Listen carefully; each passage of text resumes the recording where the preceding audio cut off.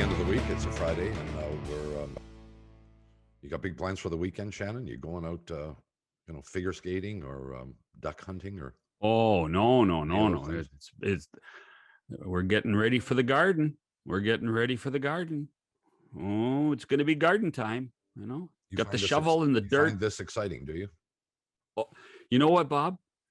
After all these years, I grew up on a farm and I hated it. Oh, really? I hated it. Oh, I hated it. I mean, my older brothers used to call me Gentleman John because they would, you'd have to go change the water or pick the fruit and I despised it. So I would find an excuse not to do it. But I love tinkering in my backyard because the plants don't talk back. Nobody argues when you're in the backyard and you got your shovel in the dirt and you got the plants. Nobody argues with you, and it's fantastic. Well, let me know when gardening day is, and I'll come over and solve that problem for you. Every day is gardening day, Bob. My gardeners were here this morning, so that's as close as I get to gardening. I watched them out the window. I think we're gonna have a fun hour or a little less than here today. We've got two hockey broadcasters in this country, with due respect to anybody I'm not thinking of, but these are the national play-by-play guys, both on. I've talked to both of them over the years, but never together. Well, they rarely work together, right? They're rarely in the same room.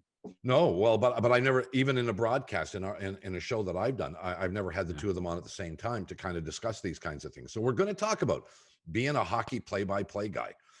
Jim Hughson and Chris Cuthbert, side by each, on the broadcast today, will commence after these messages. And off we go. It's McCowan. It's Shannon with you on this Friday as we bring the week to a close. And what better way to do it when the two most prominent hockey play-by-play guys in the country, Jim Hughson and Chris Cuthbert, both with us simultaneously.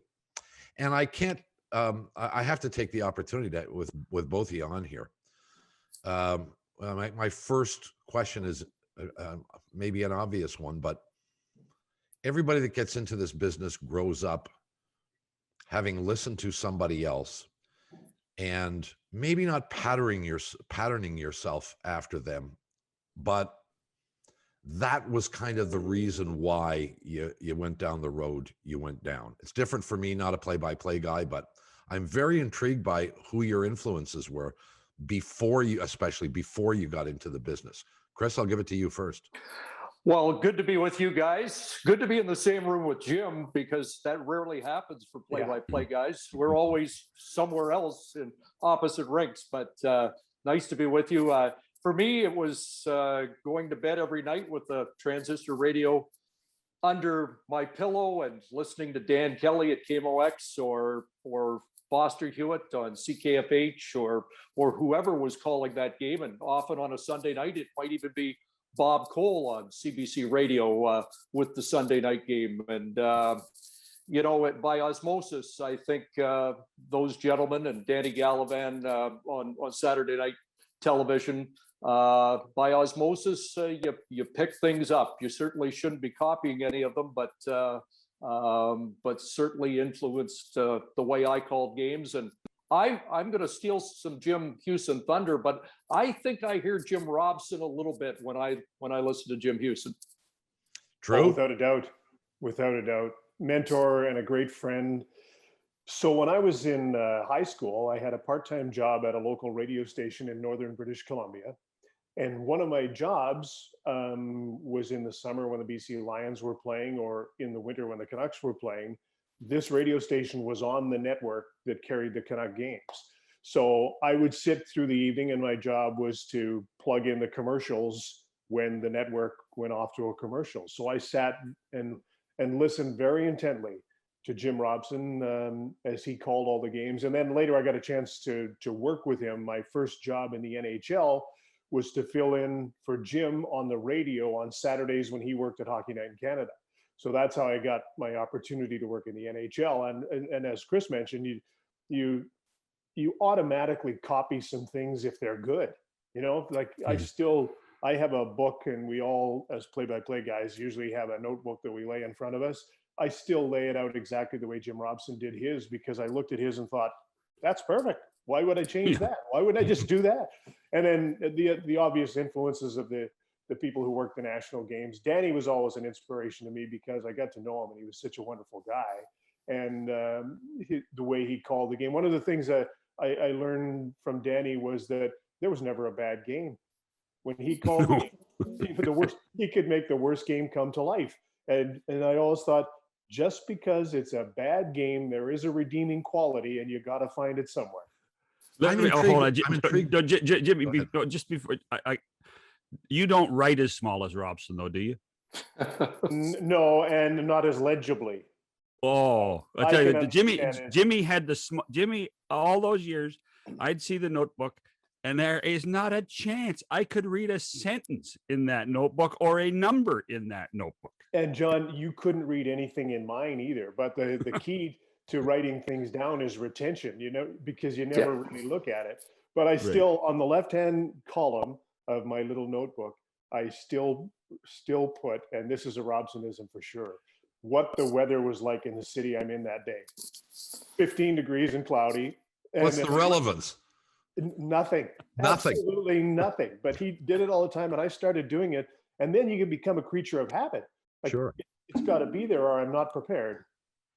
I used to love listening to Danny give the weather. He'd tell you what the weather was like in Montreal on a certain game as well. Yeah. Did you guys grow up wanting to be play-by-play guys? Because I mean, it's a part of broadcasting, but it's such a unique part. Or did you just want to be on radio or on television? Which was the case, Chris? I think I did want to be a play-by-play guy. I'd be in the basement no matter what time of year, baseball, football, hockey, and I guess looking back on it, I realize now I was hanging off every word. And I do remember turning off the audio on the television for some CFL games. I was a big Ottawa Rough Rider fan, and I remember calling plays as a kid, but at the same time thinking, there's no chance this is ever going to happen. Those guys are the luckiest guys in the world. They're special. I'm not. This is not going to happen.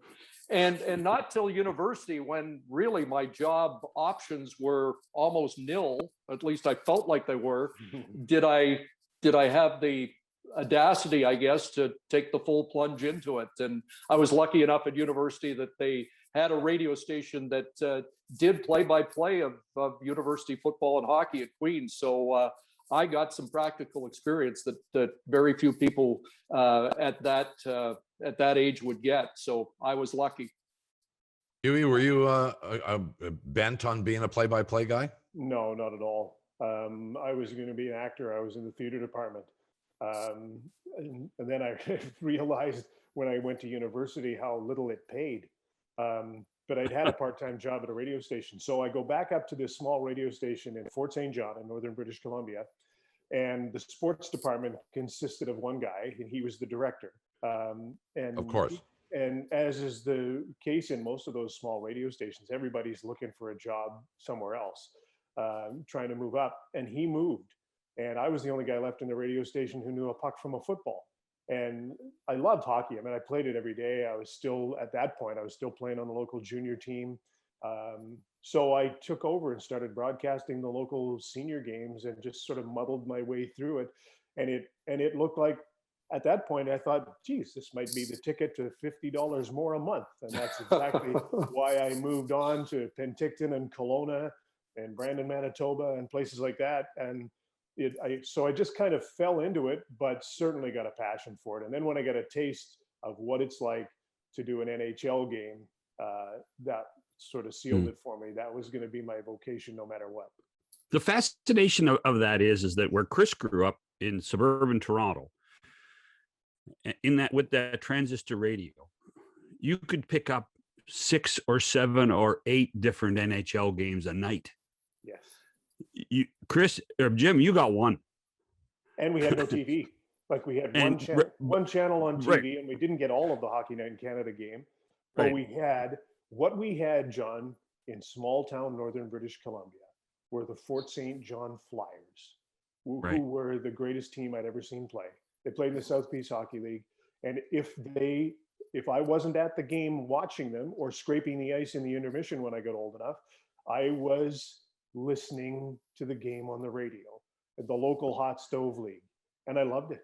And it was local culture. So my love of the game and initially of listening to broadcasts came local, because that's the only option we had. The only other radio station I could get is in the midnight, lying in bed, I could listen to CFUN in Vancouver, and I'd wake up in the morning and it would be gone and squawking.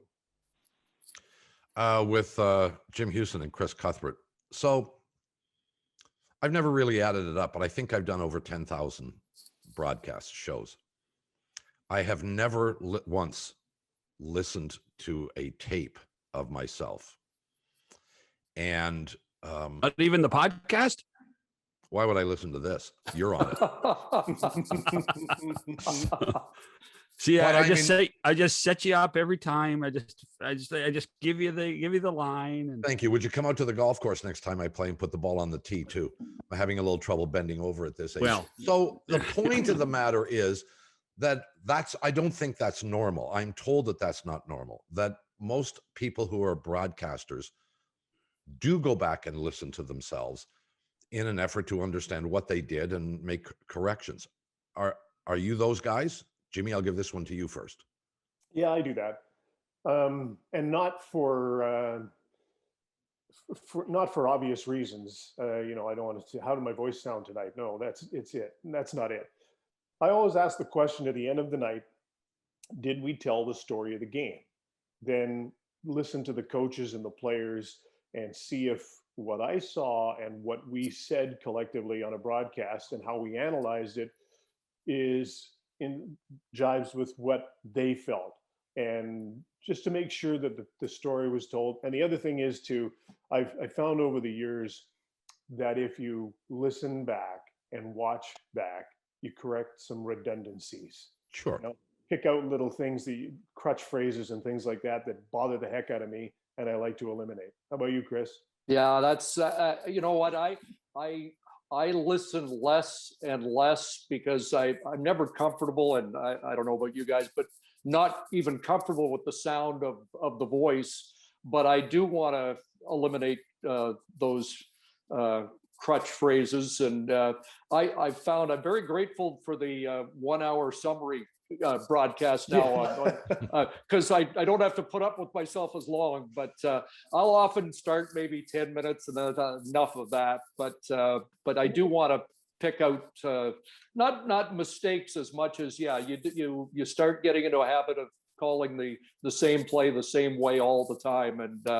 And I once was given an article about improving your writing, and it talked about pulling the weeds out of your scripts to make it read better, and I find it's the same thing. I'm looking for weeds to pull out of my next broadcast. Getting from point A to B in the fewest number of words and being explanatory. And the other thing when you watch back is that you don't need to watch the whole thing. You can spot watch it, because you know exactly after the game which part you want to see and you want to hear, because you know the parts that you don't need to go back and watch the parts and listen to the parts that you thought were okay, because something will come into your mind and say, we messed that up. I got to listen to it. Yep. And the oldest adage, though, in broadcasting, and it is a cliche, but it's true, is it's never as good as you thought and never as bad as you thought. And I refuse to watch the 2010 gold medal game because I don't want to hear any mistakes. I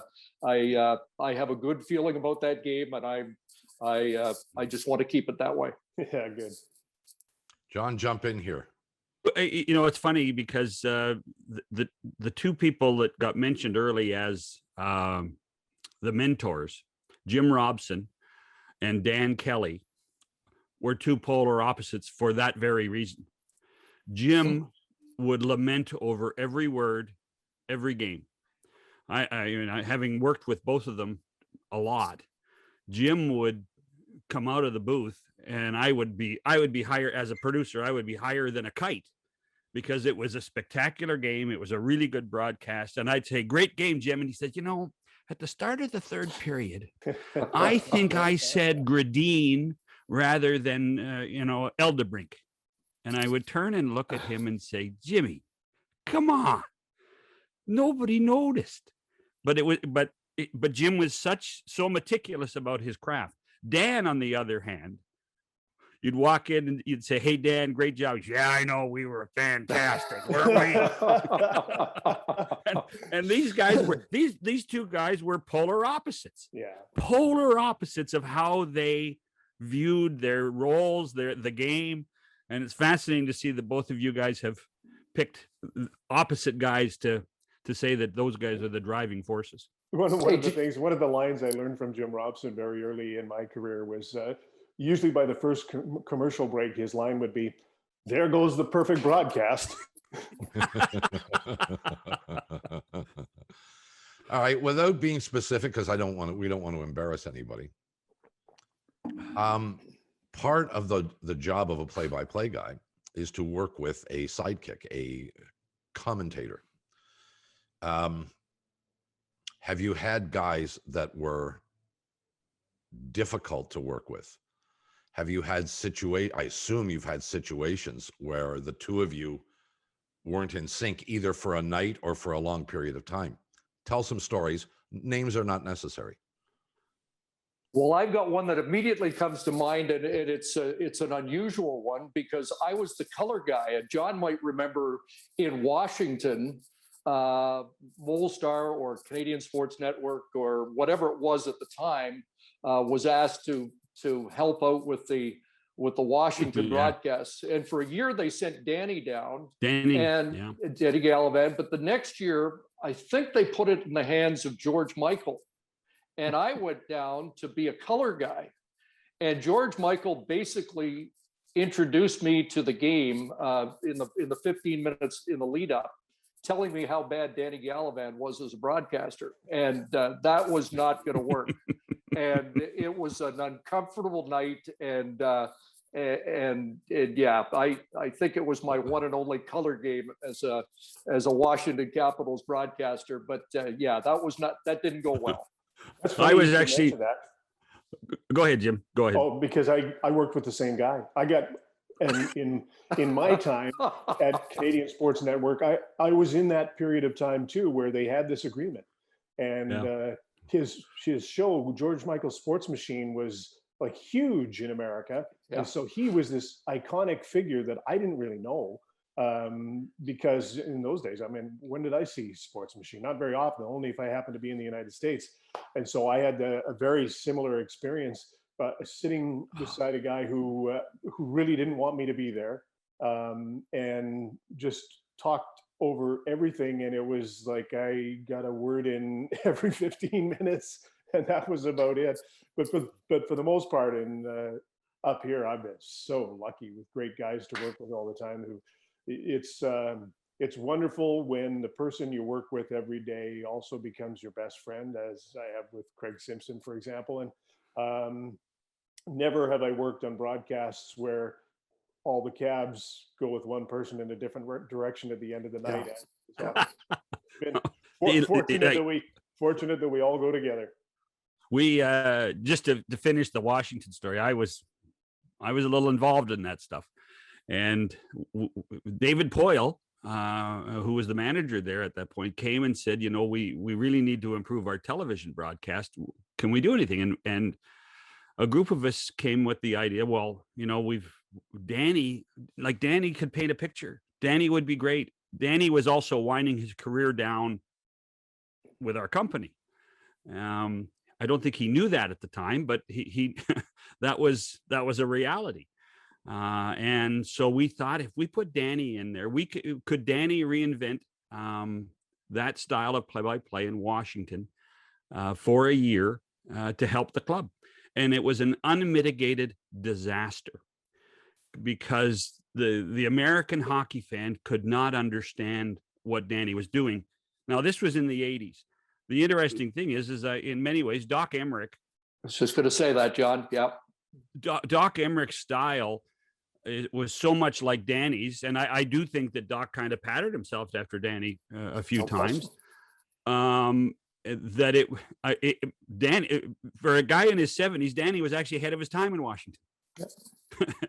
So, but it was everything you talked about there. The Washington experiment for the year was just, it was a painful night. Now, this was a year where we did a lot of games in Washington, 25.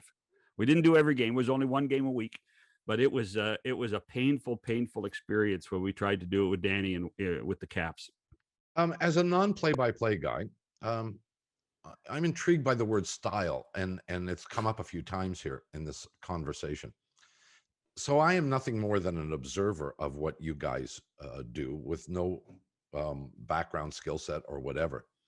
But I'm intrigued by the word style. What exactly is a style for a play-by-play guy? Jimmy? Whatever you fall into, whatever works. So for a long time, I used to get, and still do actually, get young aspiring play-by-play guys would send me tapes and ask me to, critique this and go over it. And I would meticulously go over it with a fine-tooth comb and give them direction about which style you should use here and what verbiage you should use here. And then as I evolved myself and started, busily working on my own game and doing that, I thought, you know what? I'd listen to everybody who does games in the National Hockey League, and there's no right and there's no wrong. There's the way you find to do it. There's no voice that's better than the other. It's the voice that the fans trust. It's the voice that you grow comfortable with. There are guys who for 30 and 40 years, if we went into the style book, if you will, just break every rule, but are beloved in their communities because they are the voice of their team. And so what's wrong with that? So the style is what you find that works. I find it, when you've got to be cognizant of the game. And for me, I'm working national games all the time. So there's always two teams in the game, which isn't always the case if you're a local broadcaster. And I'm okay with that. So style, it's what you find that works for you.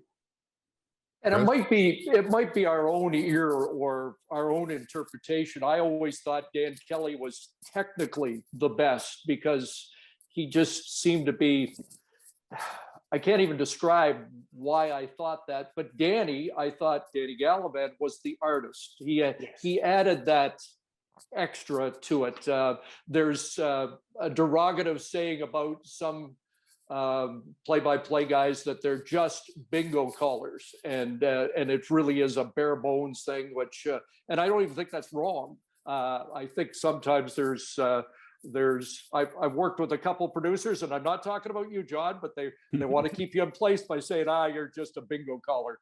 But I will tell a story from my very first game and I think John I think you were in the truck. I actually, my whole goal in my career was to work on Hockey Night in Canada, and my mind has gone completely blank on my first ever call, but it was Quebec and Calgary in 1984, and I got through it.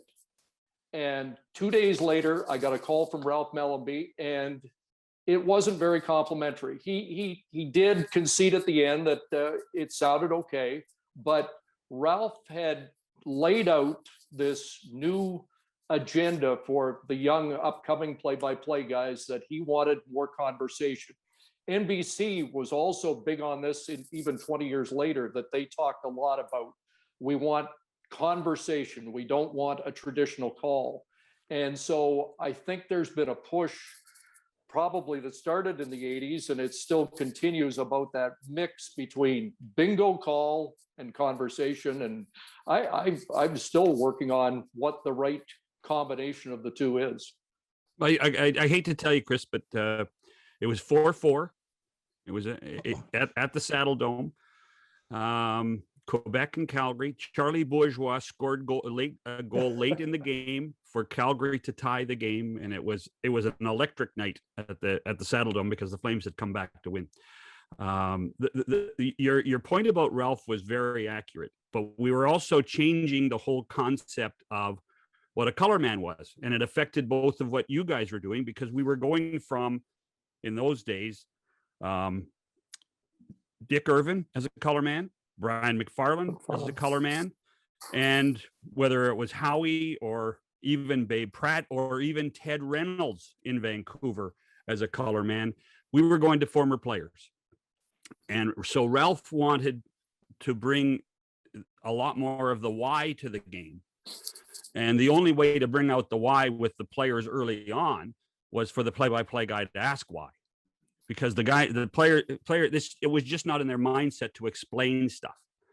And that's why that happened. But no, I remember it because I remember the game. I remember most games, but I remember that game for you, Chris, simply because it was such an exciting night. And I remember you coming out of the booth saying, boy, I'm not sure how good I was, but I had a great game to call. And that's what made that first night for you exciting.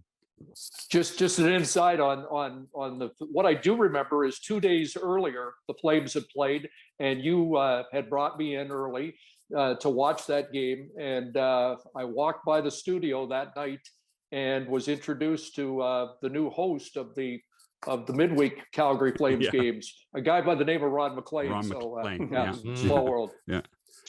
I'm always astounded with these conversations of people remembering things from 20, 30, 50 years ago. I can't remember what I did last Tuesday. And we did a podcast, Bob. We just did a podcast. That was it. That may be the least significant thing that I did, but I can't remember anything else about it. But when it's 40 years ago, you can make it up. Sorry, say again. That's true. No. When it happened 40 years ago, you can make it up, and nobody. Who's going to call you on it? Who's going to say it's wrong?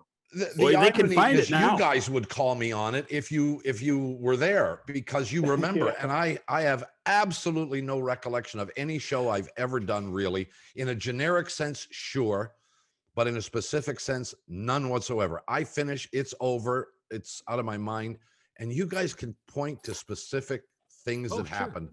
I find it astounding. Bob, I will tell you, I get on Twitter, people will send me links to former broadcasts and on YouTube, and I'll put it on just to see what it was, or for 5 minutes. And honestly, there are games that I do not remember I called. Yeah. I called one of two, was it Jeff Fry hit for the cycle for the Blue Jays? And it's only happened twice in Blue Jay history. I had no recollection of that. And I mean, I should have. I don't know why. Wow. And there's some playoff hockey games. Oh, I was there. So yeah, I think because you do thousands of games and you're cramming for that night, and then you move on to the next game, sometimes the memories aren't as good, but other things just stand out forever. We have to take a quick, sorry, go ahead, Huey, quick. I was just going to say, I thought I remembered. I just thought I remembered vividly my first ever game, National Hockey League broadcast, and it was on the radio. And it was in 1979, and I picked the date, and I got a researcher to find the game sheet, and I was looking at it and thought, yep, that's the game, only to have Jim Robson say to me, no, I did that. And then tell me, no, that was in October. Your first game was in December. And here's where it is. I thought I had it nailed, but I was 3 months off. Oh. That's a great story. I'm glad I paused there. We have to take a quick break. We'll come right back. Jim Hughson, Chris Cuthbert with us this time. Back after these. It's McCowan and Shannon with Hughson and Cuthbert, who need no further introduction. We were talking about play-by-play becoming more conversational, which is tougher to do with hockey because it's moving all the time. Do you guys remember Phil Rizzuto on Yankee broadcasts? Oh, yeah. And how, you could watch 10 minutes and neither with a play-by-play guy nor Scooter would tell you anything about what's gone on. They'd be telling you stories about going to the grocery store before the game, or the kids yesterday, or my new car, or whatever. You can do that in baseball, and especially on television. How much different is it doing radio versus television for the play-by-play guy? I know there's the obvious, but tell us about that, Chris. Well, I was going to defer to Jim here because I think baseball is unique, and I didn't feel I could ever be a great baseball announcer because I didn't think I was steeped enough in the sport to, and I guess I would have immersed myself. But Jim did, and he did an outstanding job at it. Hockey doesn't give you time to be too much of a storyteller on Exactly. TV. I would think it would give you much less on radio. And I've done very little radio play-by-play except at the tier 2 junior level, and that was when I was getting my feet wet, and that was a bingo call back then for the most part. So I'll give it up to Jim here. Yeah. In the days of in the 80s and into the early 90s, when the games were 4 hours long, you could tell a few stories because there was always a long period of time where they were cleaning up helmets and gloves and sticks off the ice. And so you'd have time. The game is so fast at this point and happens so quickly. And it's not unusual for there to be, in each game that you do, periods of time where there's 6, 8, 10 minutes without a stoppage in play. And I always say to guys that I work with and producers who say they want more stories and things like that, well, if I launch into a story and the Leafs score a big goal, or somebody scores a big goal, or there's a big moment of the game, we lose the story and we lose the moment. Right. And you don't want to do that. So, I think you have to judge the game. You have to judge where the game is at, just like players. Coaches are always saying to players, come on, watch the time and score. And what you do changes depending on how much time is left and whether you're leading or behind. And there's, how many goals are differentiate. You do the same thing in our position. You have to pick your spots, and sometimes you pick them and sometimes you don't. It's like the face-off where you decide to say 3 more words and the puck's in the back of the net. Yeah, actually, everybody's touched on the fact that you guys have done other sports. Jim, you did the Jays with Buck for 5-6 years. Yeah, right? around about that. Okay, and Chris, obviously, Chris, you were obviously the voice of the CFL for a long period of time. If I could have walked in and said, by the way, you're never going to do hockey, Jim, you're going to do baseball, Chris, you're going to do CFL, would you have been satisfied with your career if you just had maintained your play-by-play in those 2 sports? Jim, you first. I guess I could have been satisfied with it, but given the option, I chose hockey. When I'd done a number of years of baseball expos and Blue Jays, it became very apparent to me that it was becoming a time to choose because the crossover season was becoming almost unmanageable. The workload was really high. I could handle it. I had a young family though, and I was thinking, what? I'm going to have to make a decision. And when I made the decision, I chose hockey because, for some very different reasons. Yes, I love the sport. I felt that I'd spent my life around it, and I really felt immersed in it. But I also felt like I didn't want to work all summer long. I love baseball, but they insist upon playing every day all summer long. Yeah, they do. Yes, they do. And part of the reason I chose hockey is because of lifestyle. And so it was, those are the things that come into a decision like that. But it did become clear to me that I would have to choose one or the other because the crossover seasons were unmanageable. For me early on, I at CBC, you were responsible for a certain number of, you'd have a winter sport, you'd have a summer sport, amateur sport. I think I called 13 different sports, and I love the variety. And I for a while I seemed to thrive off of it, but the longer I got into it, the more I wanted to be just good at 1 or 2 things, and I actually felt like there wasn't much more I could do in football. I'd called all the Grey Cups, and I didn't think my broadcast was going to get much better than, I'm not saying it was perfect. I just didn't think I could elevate my game to any different level. And I still felt like feel like hockey is a challenge to call. And I wanted to kind of give it my undivided attention before my career was done. But and you're seeing fewer and fewer guys who had the luxury that a lot of us had, and nobody probably was better at it than Don Whitman at doing a number of sports exceptionally well at the same time. You guys, I think everybody knows, are now calling games not being in the arena, but off a monitor. Everybody in the world is, I guess, really I think doing these that. guys are in No, there. I think when they do a games, they're in the arena. Oh, really? Yeah. Haven't done a game off a monitor yet. I think I can credit Jim for that because you know he put it. He was the first voice of not opposition, but pleading that we got to be in the rink, and I echoed that, and I think we're pretty lucky that we've been able to be in the rink since last spring or last summer, I guess. Yeah. Well, I apologize for that suggestion. I'm operating under the assumption that everybody is working remotely. And I was going to ask you what that process is like and how difficult it is, but I guess that would be an irrelevant question for two guys that still go to the rink. No, what I'll tell you though is I've got great respect for the guys that have been doing it because for a lot of them, the fan at home doesn't know, and it's a challenge. It's not easy. It's not the best way to do it. But Jim, I think a lot of our colleagues have done an outstanding job from remote locations. Fabulous, because I know. Just because of the scheduling, and I can look and see, you know that, for example, this season, all of the regional broadcasts, the away feed is done remotely. And so I know that going in, an audience may not know that, but I sometimes have a tough time picking out things that would be obvious to me that would tell me that they aren't in the building. Me too. A lot of guys are doing a really good job of it. We have a lot more cameras now. We have a lot more monitors. The last time I did it, I had one single monitor in the room and was just following whatever feed was there. I think there's a little more technical support to the way they're doing it, but guys are doing a terrific job of it. Well, it raises the question, and I guess that was my previous question was the precursor to this. Are we going to see this happen on a regular basis, maybe even a permanent basis?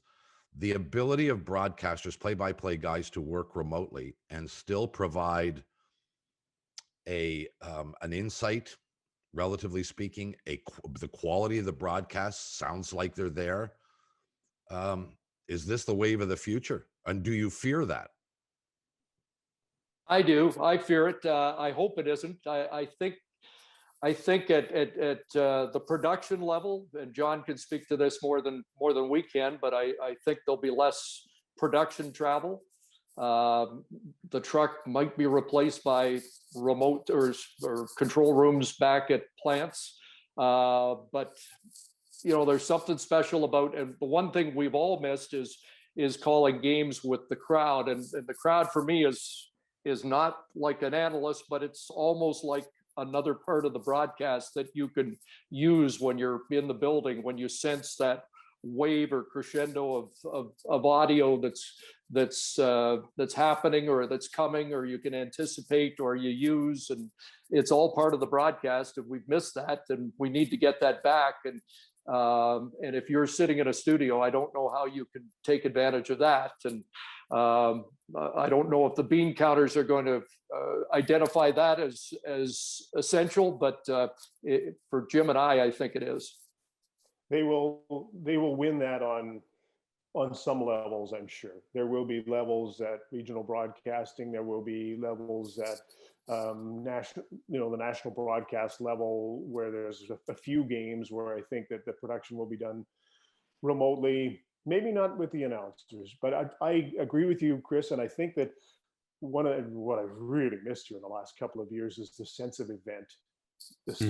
Because to immerse yourself, like I just say, what I miss more than anything is when the Stanley Cup final is on and it's 4:00 in the afternoon or 3:00 and you're walking through the streets of Boston over to the TD Garden because there's a Stanley Cup final where the cup could be presented tonight.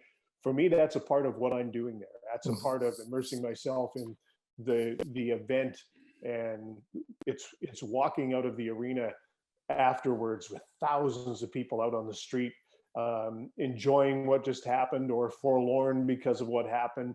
And it's what's the celebration that's going on inside. And if I'm sitting in a monitor thousands of miles away, I haven't got any feel for that. I think it's a really important part of what we do.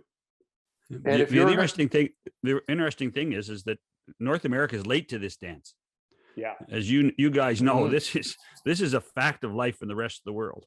When you have one feed and 17 languages in Europe, nobody's there. They're all calling it in a booth in their home country, and it's been that way for decades.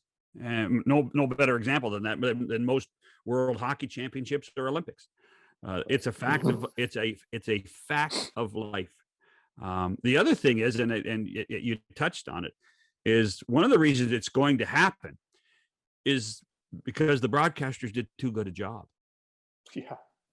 And in many ways, with the passion that you guys have, and that every play-by-play guy, whether it's John Shorthouse or Rick Ball or Jack Michaels or Dennis Bayak or all the other guys, Dean Brown and the guys in Ottawa,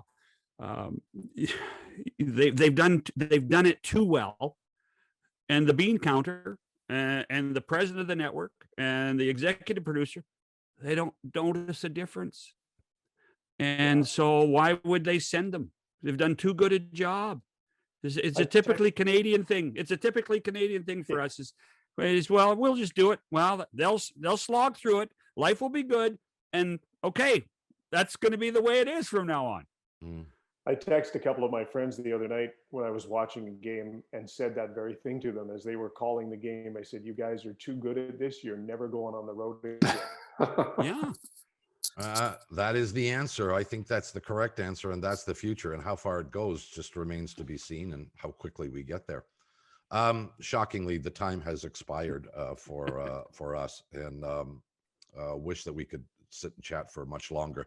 But hopefully, you'll both be kind enough to come back at some point in time, and we'll continue the dialogue and actually maybe talk about the National Hockey League. We didn't really do very much. Why would we do that? Why would we do that? Come on. Something to do. Maybe so I can get you to ask a question rather than. No need to chat any longer. You won't remember it anyway. I'm sorry, your name was again?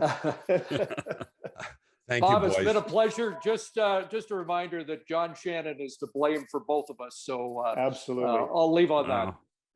Thank you both, guys, and continued success. All the best, and we'll see you down the road. Don't worry, boys. I get blamed by McCowan for lots of things. So. Real pleasure, guys. Take care. Thanks, guys. And good to see you, Jim. Cheers. Back after these messages.